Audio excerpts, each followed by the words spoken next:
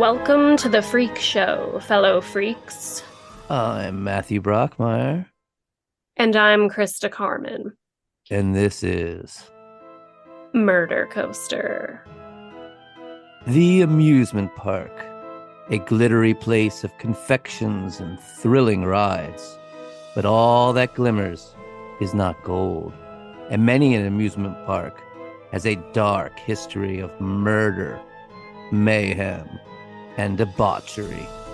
Many end up abandoned, thought to be cursed and haunted by their sinister past. The carousels and Ferris wheels that once delighted, now vine-covered and rusting into the earth. Now a place of amusement, only for the malevolent spirits and evil specters that haunt them. Buckle up, ladies and gentlemen. Secure yourself in the murder coaster as we take a ride, exploring the shadowy dark side of haunted and abandoned amusement parks. Let's begin. Every abandoned place is haunted in one way or another, if not by the ghosts of the dead, then by the artifacts left behind, the rotten, moldering, and rusting visage of what it once was, the decaying buildings, crumbling walls. And no abandoned place looks as eerie and forlorn as the abandoned amusement park. Places once filled with raucous laughter and thrilling cries of merriment. Places once glowing in neon and electric lights, now silent and dark as nature stretches her viney arms out to reclaim it. The Pripyat amusement park in the Ukraine was never used at all, but abandoned before its opening day because of radiation from the nearby Chernobyl nuclear reactor disaster. The Ferris wheel still stands, forlorn and lonely amidst encroaching trees, the bumper car track now overgrown. It is a place literally haunted by the past, haunted by the invisible radiation lurking like restless spirits. In New Orleans, there sits a Six Flags amusement park that was abandoned after being devastated in Hurricane Katrina. The shuttered gates are rusted now, the buildings smashed and covered in graffiti. Brush grows up through the tracks of the roller coasters. This place is haunted by the storm that flooded it, and is quiet now, besides the snakes and alligators who slither through the walkways where grinning children once ate cotton candy and popcorn. Often, amusement parks are considered spooky and scary because of the larger than life designs, the distorted, leering clown faces, the haunted houses and mirror mazes. We can see this in horror movies like Funhouse, Terrifier 2, and the cult classic Carnival of Lost Souls. But sometimes it's the juxtaposition of the bright and cheerful with dark and evil situations. I'm sure many of our listeners remember The Omen, where Damien's nanny hangs herself during the carnival. The juxtaposition of the gleeful children and laughing clown with the shocking death as she plummets to her demise and the noose grows tight. It's all for you, Damien. It's all for you. And if there's an amusement park where the jovial festivity and fun was juxtaposed with an extremely dark and sinister event, surely it is the Rocky Point Amusement Park. Ladies and gentlemen, we bring you Part 1, Rocky Point Park, a matter of evil intent. Situated along the shore between Conemacut Point and Warwick Neck Light in Rhode Island, the Rocky Point Amusement Park was renowned in the late 1800s for its Spanish Fandango roller coaster, carousel, and its 60-foot Ferris wheel, where you could look out over the Narragansett Bay. Visitors poured in from all over the country to see the famed trapeze artist, Madame Zoe, and eat their world-famous clam cakes and sumptuous seafood. to feast on lobsters at only 25 cents a pop. That's a good deal. It is. At the time, Rhode Island was the most popular resort area in all of New England, and Rocky Point was the golden jewel. In 1877, President Rutherford Hayes himself visited Rocky Point, and 250 bushels of clams were prepared, the largest clam bake the world had ever seen. But today, the land is barren, with only a few remnants that point back to its halcyon days. From the time of its opening in 1847 to the time of its closing in 1995, the park withstood hurricanes, fires, strange deaths, suicide, and even murder, most savage and cruel. So, of course, urban myths of all sorts abound over the once famous park. It is said a group of gypsy fortune tellers once worked in the park, and they were inexplicably fired. And as they left, disgruntled and angry, they bestowed a curse upon it. Others claim it is situated atop a Native American burial ground. Some even say that ancient magical stones in the famous caves that line the shore were stolen by pirates, dooming the land. The creepy Viking statue that sat before the House of Horrors was said to be a spiritual protector of the park and would damn anyone who abused the grounds.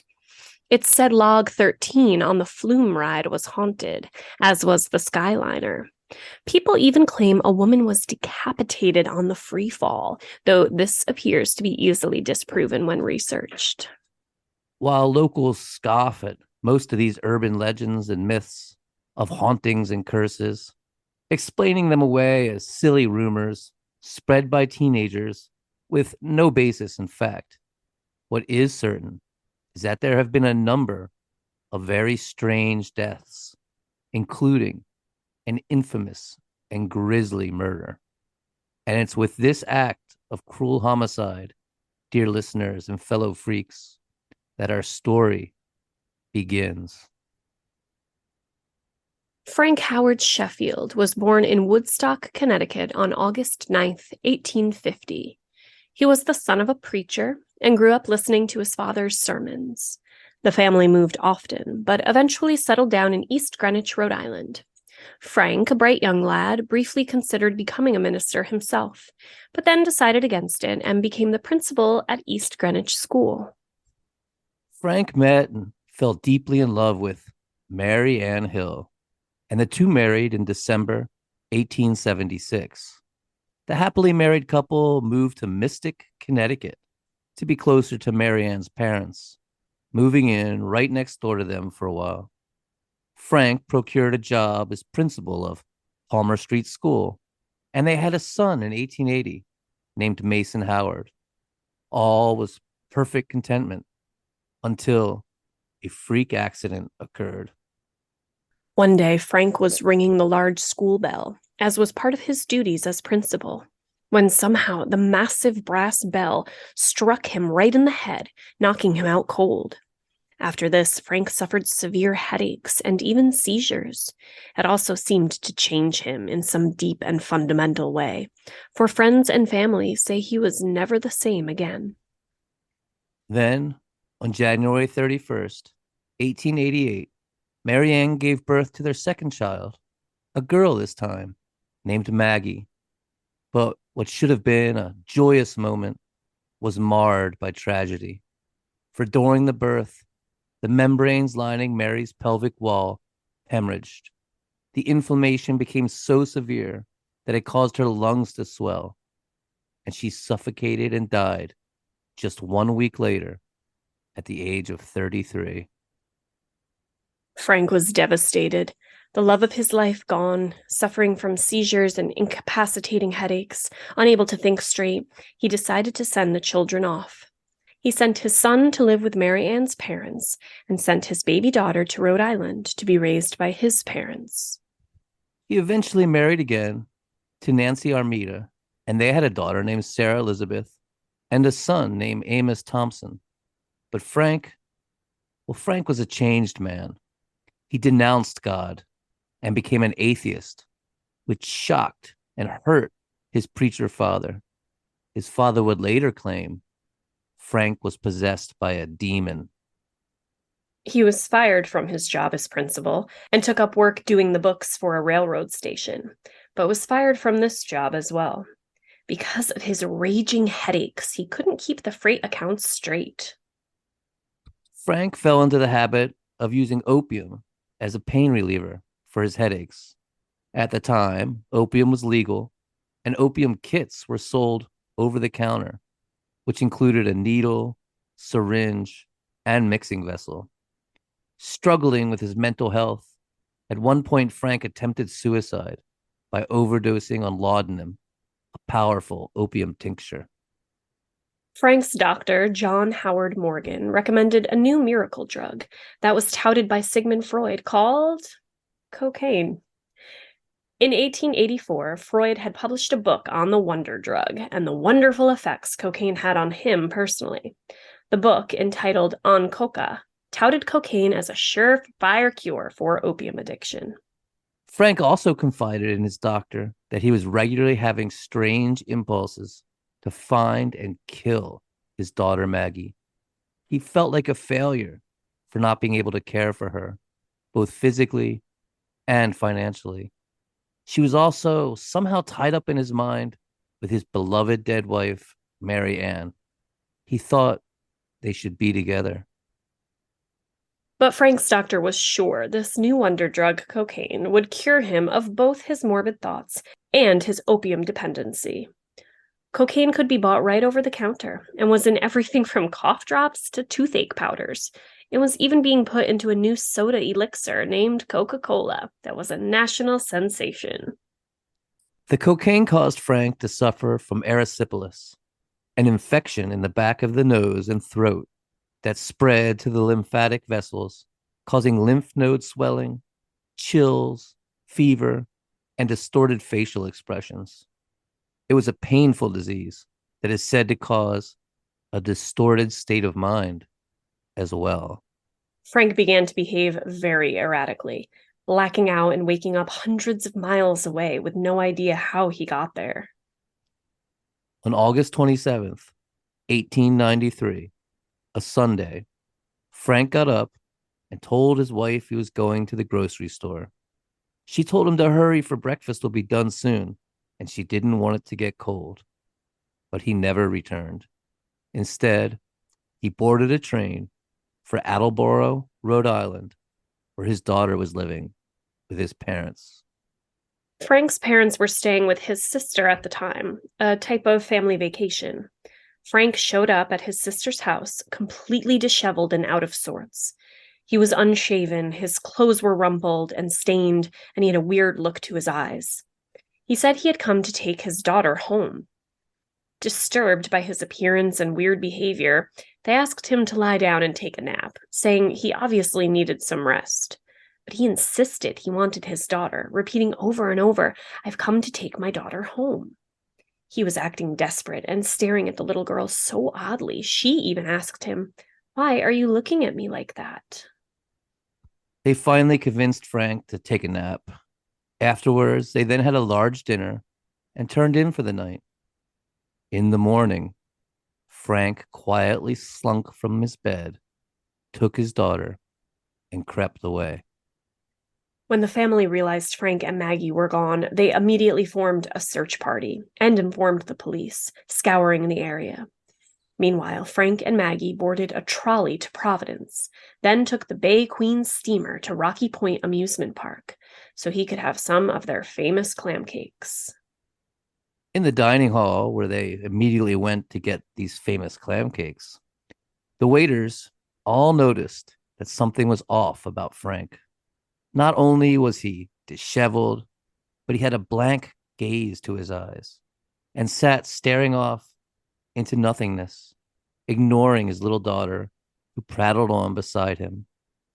Then Frank took his 5-year-old daughter, Maggie, by the hand and led her through the massive crowd, past the carousels and flying swings, the roller coaster and train rides, the cymbal-clapping monkeys, and famed trapeze artist Madame Zoe, to the cliffs by the shore of the Narragansett Bay. As the water lapped the slippery rocks, Maggie looked up at her father and asked if he had a handkerchief she might use to fashion into a doll. And Frank, the eerie music of a carnival pipe organ droning in the distance, picked up a large rock and brought it down on the little girl's head. The blow crushed the girl's skull, opening a hole where her brain swelled and protruded out as she crumbled to the dark rocks. A young man named Arthur Skiron heard a blood-curdling scream coming from the area of the cliffs and ran to see what had happened. Frank came out from behind a ledge, briefly glanced at him, and kept on walking without uttering a single word. Arthur continued on to where, his horror, he saw a little girl in a frilly dress lying among the rocks, blood pooling around her still body. Arthur raced for help, summoning the park manager, and the girl, who was miraculously still alive, was carried to the theater where a doctor was called. But by the time medical help arrived, it was too late, and little Maggie was dead. Frank strode out of the park and into town, where he approached a stranger, stating, "I have killed my child. I want to be turned over to an officer." The man stood there in shock as Frank went on talking. "Why I did it, I do not know. I did not know that I had done anything. Until I had killed her, I did not know I had struck her until I saw the blood." At this point, Frank began to shake and shudder uncontrollably.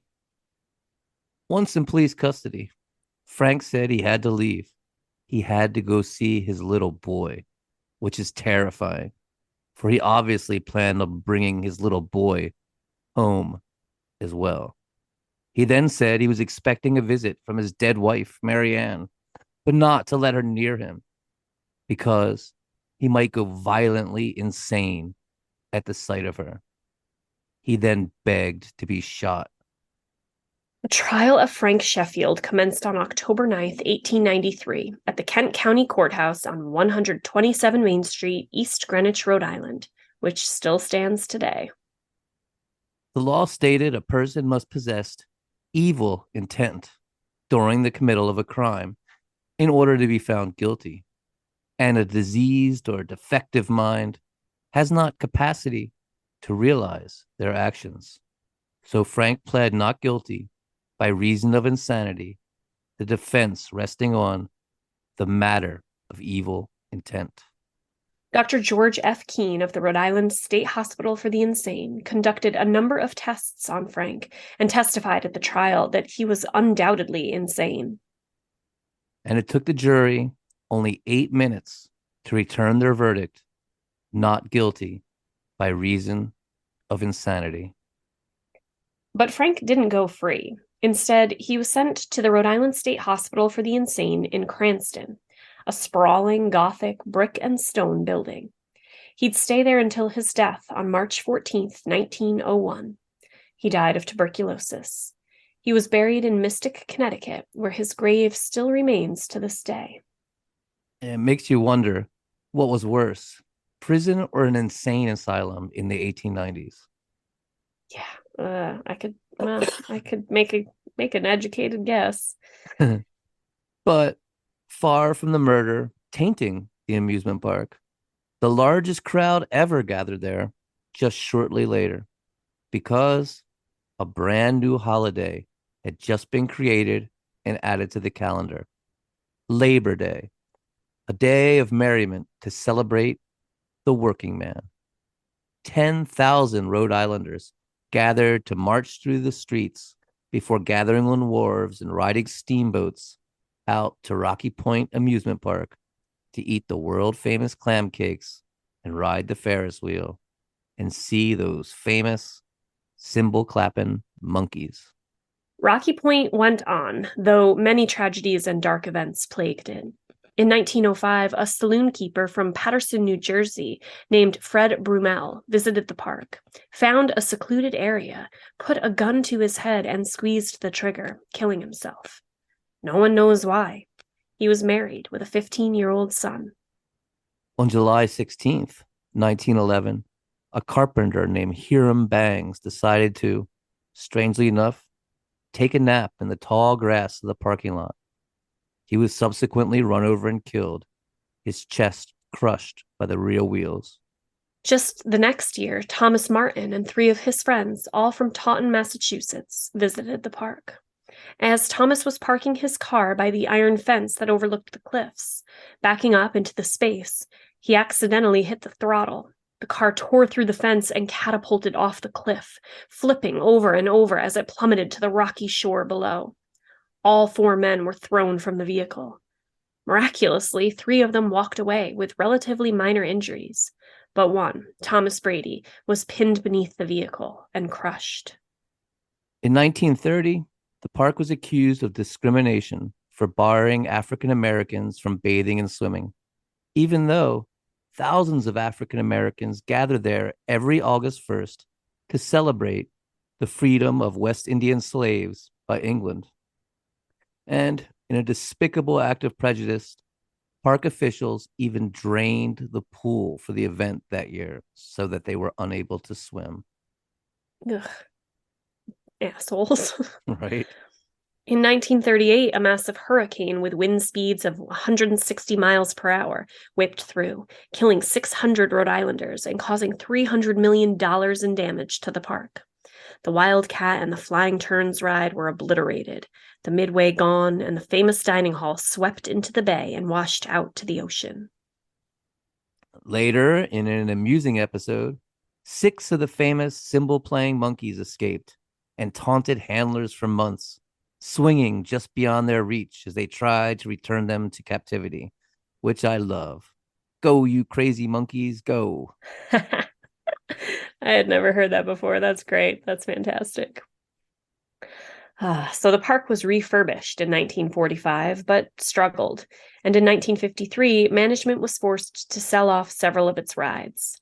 In 1954, another hurricane came through, destroying much of the renovations.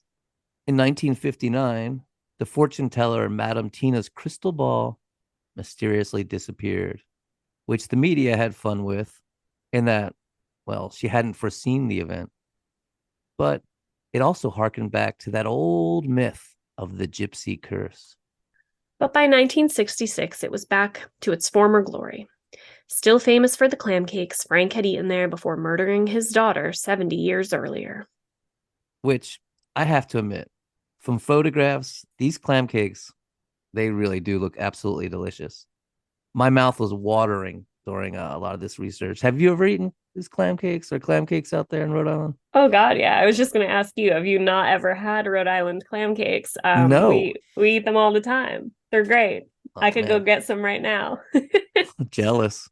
I would say I would there's like no way the one thing about clam cakes, you have to eat them like right out of the fry later. So there's no way to like get them to you. You're gonna have to Right. come to Rhode Right. Island and yeah. One of these Yeah, days. they are delicious. They're definitely a staple. I don't know, we have the Rhode Island clam chowder, Rhode Island clam cakes, and like lobster rolls. That's our thing. Oh. All right, so moving away from lobster rolls and back to death, there were more deaths as well. In 1967, a man mysteriously drowned in the swimming pool. Just 2 years later, in September of 1969, a maintenance man was killed repairing a cable guard pulley on the Skyliner when the ride inexplicably started up and he was crushed between the wheel and the base of the ride. By 1977, Rocky Point was the second oldest American amusement park in existence, and Ronald Reagan visited and spoke there. Although arson destroyed concession and game stands in 1980, the 80s saw a boom as new roller coasters were installed, the Corkscrew, which cost $2 million, and the Cyclone, as well as the Freefall, which was interestingly bought from another park after seriously injuring 2 teenagers. Perhaps this injury was the cause of the rumor of a woman being decapitated. But the park struggled in the 90s, and in 1996, after numerous loan defaults, the Rocky Point Amusement Park was officially closed, and all the rides and equipment were auctioned off. On April 17th, the gates were locked shut, cold rain spitting down from the clouds. The once beautiful resort was overgrown with weeds, bushes, strangled by vines, the bones of the old rides rusted and covered in graffiti. It was a place that had been the most sought-out destination in New England, where countless joyful memories were made. A place where Janis Joplin, REO Speedwagon, Pearl Jam, and the Red Hot Chili Peppers played. It was also the place where a little girl spent her last frightened moments on this earth, by the dark water of the Narragansett Bay and the haunting sounds of a barrel organ. In autumn of 2004, the Seekonk Wampanoag tribe filed a lawsuit claiming many areas of Rhode Island, including 34 acres of the abandoned park, belonged to them because of a 1661 deed from the King of England giving them the land. But the court ruled that the claim could not be filed due to the Land Settlement Act of 1978, whereby 1,800 acres of land were conveyed to the Narragansett tribe under the stipulations that no other Indian land claims could be made against the state or federal government for lost use of Aboriginal land. But the Wampanoag argued that it wasn't Aboriginal land. It was English land transferred to them by the king. Furthermore, it was unconstitutional for the Wampanoags to suffer the loss based on a deal made with the Narragansetts, who were a completely different tribe. But the court wouldn't budge, and the land remained in state hands.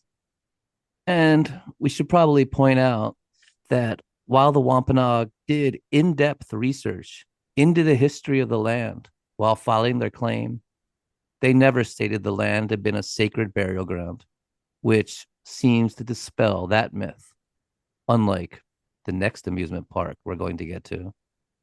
But on a side note, it was the natives who taught the Europeans to dig for clams at low tide and then prepare a clam bake.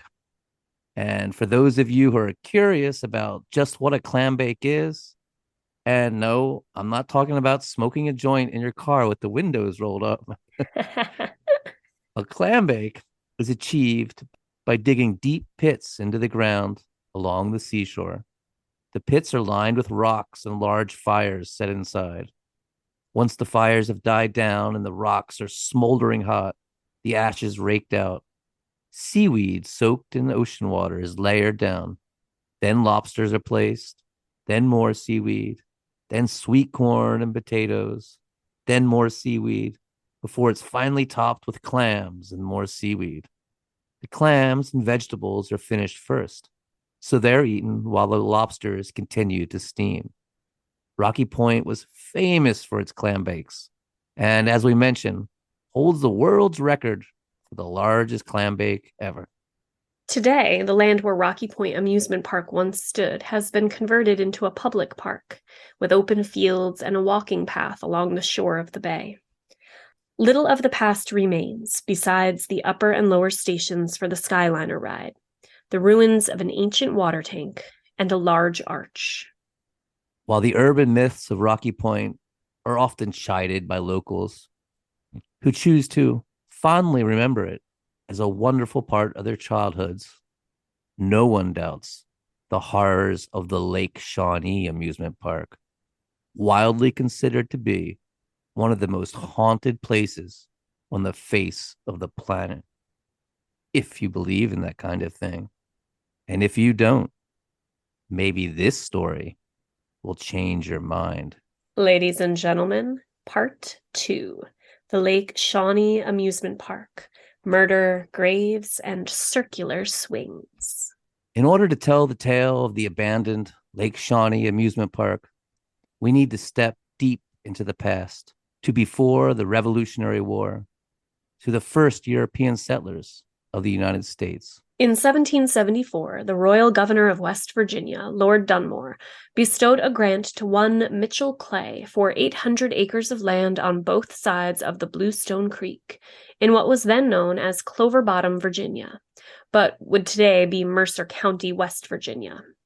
This is the land that would later become the infamous Lake Shawnee Amusement Park. Mitchell Clay received this grant for his participation in Dunmore's War. The grant stipulated Clay was required to take possession of the land and clear as much per year as well as render so much ground rent per year to the King of Great Britain. This grant still exists and is on file in the clerk's office of the Mercer County Courthouse. As Mitchell Clay was the assignee of Lieutenant John Draper, he was required to give a female slave and her children to Lieutenant Draper in order to execute a bill of sale for the land. Well, that is despicable. Mitchell Clay was descended Slightly from happy some... ending coming up on that one. Mitchell Clay was descended from some of the very first English settlers in North America. His great-grandfather, Captain John Clay, had left England on the ship to the Treasurer in 1613 to colonize Jamestown, the first permanent English settlement in North America. Mitchell moved onto the land in Clover Bottom with his wife Phoebe. They built a farmhouse, worked the land, and had 14 children, 7 sons and 7 daughters. The land had originally been a part of the Shawnee tribe's territory, and it was actually Dunmar's war against the natives that had put the land in Virginian hands. Nevertheless, the Shawnees warned the Clay family that this was their land, and the Clay family should not be settling there. The warnings were ominous and strange, especially as the Shawnee hadn't been using the land at all. Mitchell ignored their warnings. No doubt he harbored ill will towards the natives, as his father had been killed by a native while hunting. Also, he had earned the land fighting in the war that had led the Shawnee to surrender their hunting rights south of Ohio and relocate west of the Ohio River. Furthermore, it was stipulated in the deed that the land had to be constantly worked and cleared, or he would forfeit and lose it. So Mitchell goes on working the land with his wife and 14 children, ignoring the warnings. In August of 1783, Mitchell Clay goes out hunting. He asks his sons Bartley and Ezekiel to build a fence around their wheat while he's gone, which they proceeded to do. His daughter Tabitha was close by doing the wash in the river with the younger girls. And it's at this moment that 11 Shawnee warriors who had been stalking the land from the riverbed attacked the homestead, shooting and killing Bartley and taking Ezekiel captive. Tabitha, washing clothes in the river with her younger sister, heard the shot and, gathering up the younger girls, sprinted for their farmhouse. But the path went right past the field of grain where Bartley and Ezekiel had been working, and she runs right into a Shawnee attempting to scalp her brother. A fighter, Tabitha rushed to defend her brother and also provide a distraction so her younger sisters could escape. Tabitha went to grab the knife from the native's hands. A struggle ensued, and she was viciously stabbed to death. It's said she was stabbed so brutally, so many times, that she was basically hacked into pieces. It just so happens that a neighbor named Ligon Blankenship was visiting the homestead at this time. Hearing the gunshot and the commotion, Ligon Blankenship and Phoebe looked out into the field, where they see Tabitha struggling with the Shawnee warrior.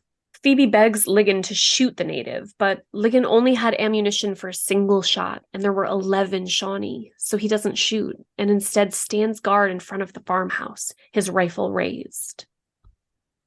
Phoebe watches in horror from the doorway as the natives scalp Bartley and Tabitha and then ride off with Ezekiel as their captive, pleading with Blankenship to do something. Please, she begs, rescue my son. Instead, Ligon waits for the natives to depart, and then he leaves himself. This would earn the Blankenship clan a reputation as cowards in the area, a stigma that would not go away. Nearly 200 years later, in 1977, there would be a newspaper article about the massacre, declaring, quote, "This cowardly behavior of Blankenship had been carried down to him from generation to generation, and perhaps will be until the end of time." End quote. Hysterical, Phoebe runs out, drags the scalped and bloody corpses of her children, Bartley and Tabitha, into the house, where she lies them in their beds. She then gathers the other 11 children, and they take off for their closest neighbor, John Bailey, He resides 6 miles away. Meanwhile, Mitchell Clay returns home from hunting. He sees the chaos of the massacre and the bloody scalped corpses of 2 of his children in their beds and assumes the entire family is dead or kidnapped. He too runs to John Bailey's, undoubtedly flooded with relief to find his wife and 11 other children alive and well. But Ezekiel was gone, kidnapped by the Shawnee. So Mitchell gathers a posse led by Captain Matthew Farley, and they go on the hunt to rescue the kidnapped Ezekiel and serve justice on the Shawnee warriors. They manage to overtake the Shawnee in Boone County, and a skirmish ensues. Several of the natives are killed, but the rest escape, with their captive Ezekiel, crossing over the Ohio River and into Indian territory. The posse trail the natives to the Indian town of Chillicothe, Ohio, but they are too late. The Shawnee had burned Ezekiel alive at the stake. He was only 16 years old. The chief of the Shawnee tribe is sympathetic, however. He lets Mitchell take Ezekiel's burnt remains back to Virginia, and even loans him a horse to carry the body. Mitchell Clay returns to Clover Bottom with what remained of his son, who is said to be buried there, but where is not known, while the graves of Tabitha and Bartley are still clearly marked with stone memorials to this day. And just to display the brutality on both sides of this conflict, Mitchell cut strips of skin from the backs of the Shawnee who he'd killed in the Boone County skirmish. These were made into razor strops, those pieces of leather you sharpen a razor with, and they were passed down in the family as heirlooms for generations. Good God, that's gruesome. Yeah. Distraught and devastated, Phoebe never returned to the farm. Mitchell Clay died in 1812. He left the land to the husband of his daughter Rebecca, one Colonel George N. Pierce. And in a strange twist of fate, remember that female slave Clave had given to Lieutenant Dapper as payment? Well, she sued for her freedom, and she received it. Good on her. It's actually the only positive thing in this story, a small silver lining. Yes, good God. But with her freedom, the original bill of sale was now void. So the estate of Lieutenant Dapper sued, causing Rebecca and Colonel Pierce to actually go bankrupt and lose the land.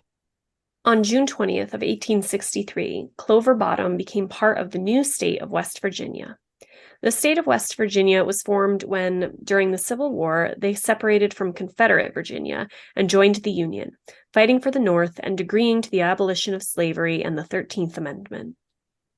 By 1927, coal mining is exploding in Mercer County, West Virginia, and families are pouring into the area to cash in on this huge coal boom. Sensing a great opportunity, one Conley Snidow buys up all the land that had once been known as Clover Bottom and the ill-fated homestead of the Clay family to put in an amusement park. He wanted to give the hardworking coal miners and families a place to relax and enjoy some wholesome entertainment, as well as make a few bucks off land barons and coal tycoons with his gambling hall and racetrack. He erects a giant circular swing ride where patrons sit on wooden planks attached to chains that fan out as the ride spins round and round. He puts in a Ferris wheel, dance halls, as well as gambling halls and a racetrack. He puts in swimming pools, complete with an array of diving boards, and a water slide into a mammoth man-made pond, renting wool bathing suits for 15 cents. He names this forlorn place of doom the Shawnee Lake Amusement Park. If a place can be cursed, surely the Lake Shawnee Amusement Park is one of them, for many, many mysterious deaths would ensue, and a tragic and haunting history would reveal itself buried there beneath the earth. James Kraft Belcher was one of Mitchell Clay's great-grandchildren and had actually grown up on the property. He was also an abusive, adulterous drunk. He was married, but was having an affair with a 19-year-old named Myrtle Taylor.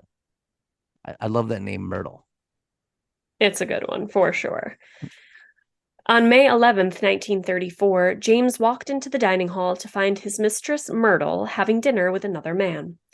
He grew irate with jealousy and stormed over to the table to confront his lover. He violently pulls her up, marching her out of the dining hall, and forces her into his car, basically abducting her, taking her out onto a lonely stretch of road outside the Lake Shawnee Amusement Park. Where he shoots her in the head twice. But then, seeing his young paramour drenched in blood, he is suddenly filled with remorse and, wondering what he'd done, he speeds her away to the hospital in the hopes that she might live. But no such luck for James, and Myrtle died. James was sent to prison, where he would remain until he died of old age in 1993. 6 more deaths soon follow. Conley Snatto, the park's owner, lived in a hotel on the park with his family. One day, his 3-year-old daughter, Eloise, went playfully running to the elevator, joyfully trying to jump in, only to be crushed between the floor and the door as the elevator car moved upward. An 11-year-old boy, swimming in the man-made pond, swam down to the bottom, curiously exploring, and had his sleeve caught in the drain. He struggled to free himself, but it was fruitless, and he drowned. Afterwards, the pond was filled with sand. But that wouldn't be the only drowning. Another little boy, Wayne Harmon, only 6 years old, mysteriously drowned in a shallow lake on the property. His mother and brothers were right there, but no one seemed to notice him missing until somebody brushed up against his cold, clammy corpse in the murky water. A gambler in the poker hall was murdered over a big win. And then in 1966, one of the most horrific and infamous deaths would occur. A little girl in a ruffled pink dress was riding the giant circular swings. As the contraption spun and the swings fanned out, a delivery truck turning around momentarily backed up into the path of the swings. The little girl's head smashed into the edge of the truck, gruesomely killing her and sending an arc of blood out, drenching the entire area in gore as the swing swung round and round. It was at this point that Conley Snaidu had had enough. There had been too many strange deaths, including that of his own daughter, and in 1966, the park was closed, the rides sold off. It sat abandoned for nearly 2 decades until in 1985, Gaylord White, a former employee and now local businessman, purchased it with a dream of restoring it back to its former glory. He envisioned the place to be as it had looked in its heyday and sought out the same type of large circular swing ride that had once been such an attraction for the park. He found a vintage carnival ride dealer in New Jersey who had just such a set of swings, completely refurbished. So he bought them and had them set up in the same spot where the old ones had resided. Curious about the history of his new swings, he looked up the serial numbers. They were the same exact swings. The same swings that little girl had been riding when her head was crushed. The deadly swings had returned to the park. Can you fucking believe that shit? It's so seriously spooky. Like, thinking about it, it makes my hair stand on end. Yeah, it's crazy. Like, it's like something out of a movie. It's unreal. Gaylord added paddle boats, a Ferris wheel, bumper cars, performance stages, and in the summer of 1987, the park was grandly reopened. Hoping to attract as many visitors as possible, he charged only $1 to get in. While the crowds turned out, the insurance company raised the rates to an unsustainable rate. Yeah. How much would an insurance company charge for a legitimately haunted amusement park known for killing children? Yeah, it's like the insurance company must have thought that was some sort of like prank call. It's like absurd. So they decided to expand into a more recreational type of park. They stocked the ponds with fish to attract anglers for fishing tournaments and decided to put in a mud bogging track. Good old wild and wonderful West Virginia fun. Yeehaw. They brought in bulldozers to sculpt the track, and as they started digging into the earth, they began uncovering Native American artifacts, pottery, arrowheads, all sorts of remnants. So, being good people, which they definitely were, they immediately stopped the bulldozing and brought in a team of anthropologists from Marshall University and Concord College. The anthropologists begin to dig and uncover the ancient graves of children, many children, child after child after child. When they had uncovered 13 bodies of children, they stopped the excavation and reburied the bodies where they had been found. The anthropologists would estimate there were upwards of 3,000 graves on the fucking property. 3,000. It's mind-boggling. Oh my God. Now, remember back when the Shawnee had warned Mitchell Clay not to settle on the land, how the threats were ominous and strange, and that the Shawnee weren't even using the land? It's suspected an entire village had been decimated by disease there before settlers even made it to the area. It was a darkly sacred place, a place of immense tragedy, a massive graveyard on an incredible scale. And that's why the Shawnee didn't use the land. And that's why the Shawnee didn't want the Clay clan homesteading on it. It was a sacred burial place of unimaginable importance and reverence. And what's also haunting and tragic is that this was most likely a disease brought from Europe by settlers, something like smallpox that spread out to the tribes, reaching them before they had even made actual contact with European settlers. Oh, so sad. Gaylord White was stunned. He decided to just close the park, let nature retake it and grow up over the rides. Just let it be. Let the land rest and heal. But there was an immense interest in the place. Ghost hunters, spooky freaks like us, historians, the morbidly curious, they all wanted to see it. So the Gaylord family decided to start giving tours of the property. Documentarians and ghost hunters flocked to the place. Discovery, the Travel Channel, National Geographic, Scariest Places on Earth have all featured it in episodes. When the Discovery Channel was filming their episodes, a crew member wandered into the abandoned ticket booth, only to have the doors shut on her, locking her inside. She struggled and struggled to get out, and the strangest part? There is no lock on the door. Never has been. It's just a push-open door. When they finally got her out, she was so distraught, she had to be taken to the hospital. That is just so fucking scary and creepy. Scariest Places on Earth claim the energy was so dark and overwhelming, it made them physically sick, and they refused to film there at night. The seats of the circular swing are said to sway and move on their own, and when you put your hand by them, an icy breeze can be felt, even on a windless summer day. While they won't say which swing the little girl was on when she hit the truck, they say people somehow instinctively know. They're drawn to it. Gaylord, who still lived on the property with his family, he did some basic annual maintenance on the land, using a tractor to cut back the fields. But he said he always felt like he was being watched and claimed he would often spot a little girl from the corner of his eye. But when he turned, she would vanish. Until one day, as he rode along on the tractor, she appeared directly before him, then climbed up onto the tractor seat with him. Terrified, Gaylord leapt off the tractor, telling the ghost child if she wanted it, she could have it. He left the tractor sitting there in the field, where it remains to this very day. Later, he moved a huge boulder in front of it to ensure it wouldn't be taken, so that the little girl could have it, for he thinks she really liked it.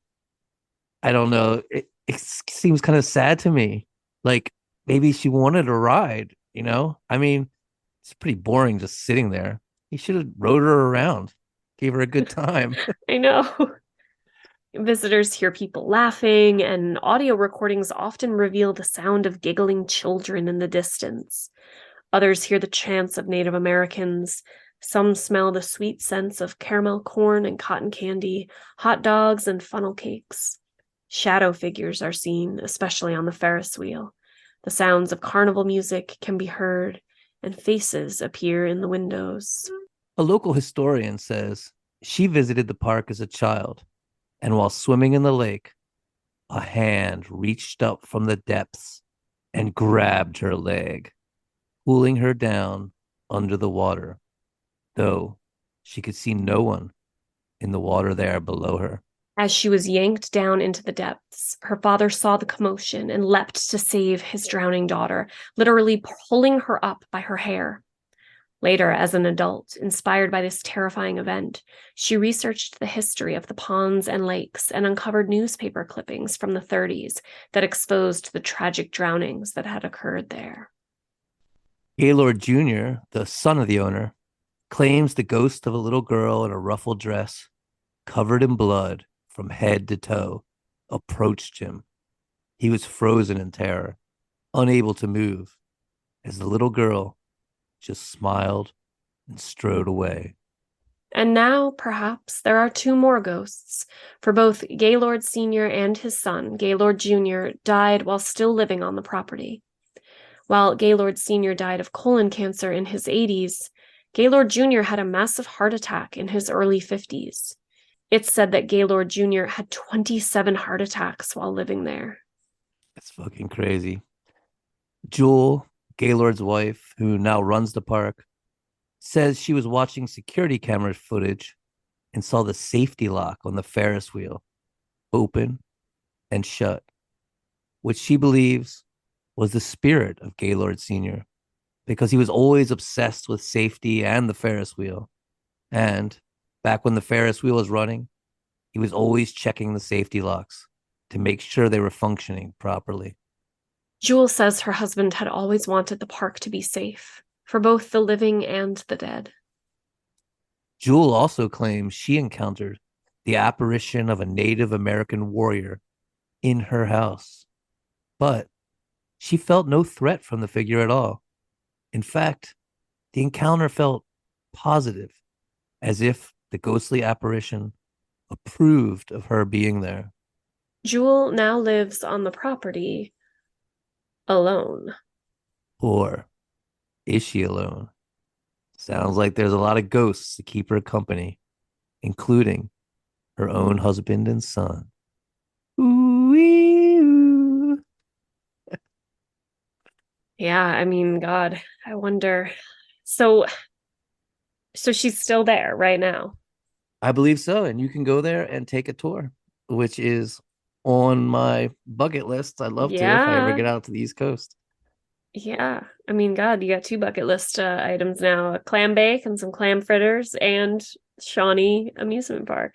Have you ever been to a clam bake? So it's so funny because I was born and raised in Rhode Island, left for about 10 years, but I'm back now and have been back for 10 years. I'm like embarrassed to say this, but I, being this long-standing Rhode Islander and having been to what I thought were clam bakes, I've never been to a clam bake. Like, if that's what a real clam bake is, number one, I didn't know that. Number two, we just use clam bake now, at least like most. I could be, speaking way out of turn, and there are people that like know what a real clam bake is, but like we kind of just use clam bake as like a, it's Make some clams. like, yeah, or like just like a seafood feast kind of thing. Like, like you say barbecue or cookout. It's like a clam bake if it's like a seafood one. So yeah, it's great. I was reading or listening to all those details, and I was like, God damn, like seaweed layers and the steaming with the rocks. Like that's now I mean, I want to do one of those. I gotta like look into this more and see how I can get a clam bake going. And maybe I really do want to go check out the location of Rocky Point, because I don't think I've ever been there. So the weird thing about Rhode Island, aside from all the weirdness we talked about in this episode, is because it's such a small state, you kind of like get it's like almost like the state becomes bigger because you just I'm not explaining it properly. Like you just get into this mindset like I'm not going to travel to like other parts of the state because I'm just this, you're like a small, it's like the epitome of small townness, but like small Uh-huh. stateness. And then kind of in our defense, right? Like most small pockets of Rhode Island have so much stuff to do. Like even just staying in my town, there's, tons of parks and obviously the ocean and tons of beaches. And, you get kind of stuck in your own little place. So I don't think I've ever been there, and I'm like, not only am I going to do this, but I'm going to do it soon so that I can report back to you and maybe comment to some of our listeners and tell you what I find. Oh, I'd love to hear about that. I found it interesting that all these weird rumors, like gypsy curses, Native American burial grounds there that have pretty much been debunked. No one ever talks about the ghost of the little girl. Like, you think that would be the major thing? I mean, a little girl was fucking murdered there by her own Yeah, father. yeah, That's it's what I would crazy. be thinking you'd be saying. I know, especially because like we seem to love little girl ghosts. I mean, our most Hmm. famous little girl ghost is Mercy Brown. I mean, Mercy Brown, even though she was thought to be a vampire, people say she's now a ghost and her spirit haunts the cemetery in Exeter. Oh, no. Um, We yeah. should do that someday. Oh, oh, we can tell. The first novel that I wrote was about Mercy Brown. I researched her for like 3 years. I know everything there is to know, and I've been to Exeter to the Chestnut Hill Baptist Church cemetery numerous times. I actually have a documentary that came out a year or two ago about American vampirism that they came to Rhode Island and did a segment on Mercy Brown, and I spoke on it. So maybe we can attach it to the show notes or something. Absolutely. But yeah, you'd think like, I mean, God, it seems like the little girl ghost of the Lake Shawnee Amusement Park has taken off a lot more than Yeah. our poor little Rhode Island ghost girl. I know. Poor little Rhode Island ghost girl. I mean, both of them had some pretty brutal, tragic endings. Yeah. I mean, Oh, to be killed by your own father while asking for a handkerchief to make a doll yeah, from, it's just so brutal. it's Uh, awful. Ugh. I don't know, this circular swings death, though. That's just, I mean, the fact as that those awful as circular it swings came sounds, back, can you believe that? so creepy, so creepy. But I also couldn't help but think about the poor delivery truck driver. Like, I mean, we've all been Yeah. there, right? Like, you're driving a truck there, No, you're, I have never accidentally. no, not accident, but like, when you've like rear-ended, you Right. hit a parked car because you weren't paying attention, or you're driving a U-Haul and you like stop Yeah. short because you realize you don't have enough clearance. Like, what a horrible, horrible oversight, misjudgment to back up into that. I mean, I don't, part of me is like, how do you miss that? Like, Well, they needed fences. That I well, mean, that was like it's whoever designed the amusement park's fault for yeah. not having a fence around that.